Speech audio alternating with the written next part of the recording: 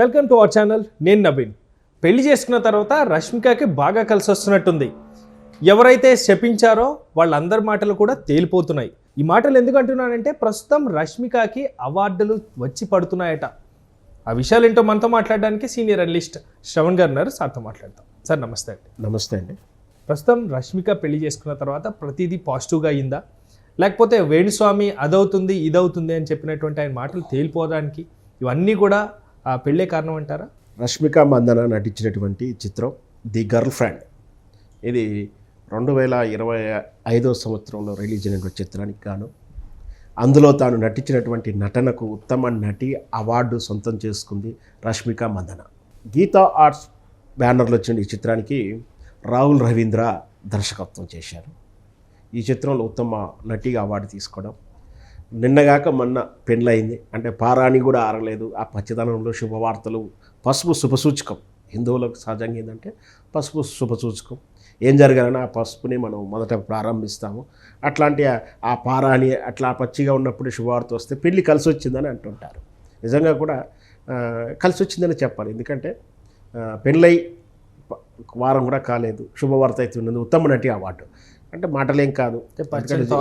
ఎంతో కాంపిటీషన్ ఉన్నటువంటి ఈ ఫీల్డ్లో తను నటించినటువంటి చిత్రానికి మంచి అవార్డు రావడం, గీతా గోవిందులో అప్పుడు కూడా రావాల్సి ఉండే ఆమెకు. సరే ఏది అయినా సరే ఉత్తమ అవార్డు రావడం సహజంగా. ఏంటంటే పెళ్లి బాగా కలిసి వచ్చిందనే చెప్తున్నాను. ఎందుకు చెప్పాల్సి వస్తుంది చెప్తున్నప్పుడు, అనుకోకుండా మళ్ళీ మనకు ఒక కార్టూను జోకర్గా చెప్పుకోవచ్చు ఆయనని, ఈ వేణుస్వామిని. ఈ విజయ్ దేవరకొండ అయిన రష్మిక పెళ్లి మీద ఆయన అవాకులు చెవాకులు పేలిన మాట మనకు తెలిసిందే. సరే వాళ్ళు పర్సనల్ కన్సల్టెన్సీ వాళ్ళు కలిశారని చెప్తున్నారు కాబట్టి మనం లోతుల్లో కూడా విమర్శించాల్సిన అవసరం లేదు. వాళ్ళు అడగకుండా చెప్పి ఉంటే నేనైతే గట్టిగా విమర్శించేవాడిని. అయినా కూడా వాళ్ళ వ్యక్తిగత విషయాన్ని ఆయన ప్రైవేట్ చేయడం, వాళ్ళు ఆయన్ని నమ్ముకొని ఆ జోకర్ని నమ్ముకొని ఆయన ఏదో జాతకం చూపించుకుంటే బాగలేదు, మీరు విడిపోతారు పెళ్లి చేసుకుంటే, దానికి తరుణోపాయం ఉంది అని కూడా ఏదో చెప్పాడట.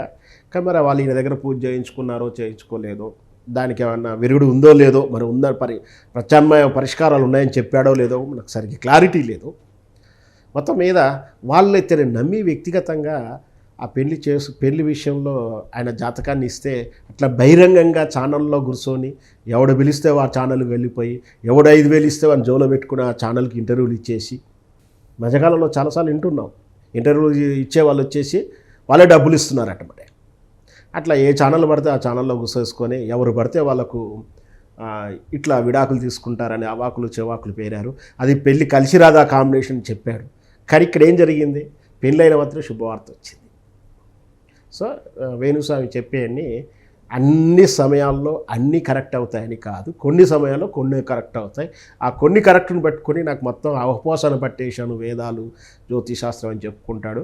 సో ఎనీహౌ ఆయన వ్యాపారం లేదా ఆయన శాస్త్ర విజ్ఞానం ఆయనకే, బట్ సీక్రెట్గా ఉండాల్సినటువంటి విషయాలని బహిరంగం చేయడం, నేను నమ్మి నీ దగ్గరకు వచ్చిన క్లయింట్ల విషయాలను ఇట్లా బహిరంగం చేయడం, నీ పాపులారిటీ పెరగడం కోసం, నీ గ్లామర్ పెరగడం కోసం, నీకు వ్యాపారం పెరగడం కోసం, నీ వైపు కోణం ఆలోచించి అట్లా పెళ్లి చేసుకోవాల్సిన ఇద్దరు వ్యక్తులని నీ జీవితంలో మీరు విడిపోతారని ముందే చెప్పడం ఎంత ఆత్మస్థైర్యాన్ని దెబ్బతీస్తుందో. ఎన్నో సందర్భంలో కూడా ఏదైనా చిన్న ప్రాబ్లం రాగానే ఓహో మేము కొట్టేసుకొని విడిపోతామో, రేపు చచ్చిపోతామేమో, ప్రారంభమైందో ఒక ఫోబియాకి వెళ్ళిపోతారు. అలా చెప్పకూడదు. యాక్చువల్గా వేదశాస్త్రాలు కానీ ధర్మశాస్త్రాలు కానీ జ్యోతిశాస్త్రాలు చెప్తా ఉన్నాయి. సరే ఆయన సగమే చదివినటువంటి పుస్తకాలు మొత్తం చదివి ఉంటే బాగుండేది.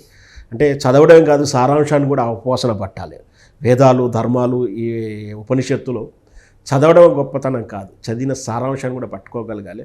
సరే ఆయన కమర్షియల్గా వాడుకుంటుండే, ఆయన ఇష్టంత వరకైతే ఆయన మీద వేణుస్వామి వల్ల మేము మోసపోయాము అని చెప్పి ఒక కాంప్లైంట్ కానీ ఒక ఫిర్యాదు లేదు కాబట్టి అతను మనం ఏమైనా తెలుసుకోలేదు. మొత్తం మీద వేణుస్వామి చెప్పింది అబద్ధము. వాళ్ళ పెళ్ళి కలిసి వచ్చింది. ఆ పెళ్ళి కలిసి రావడం వల్లనే ఇప్పుడు ఉత్తమ నటి అవార్డు వచ్చింది కూడా నేనైతే చెప్పగలుగుతాను. Thank you sir. Thank you so much.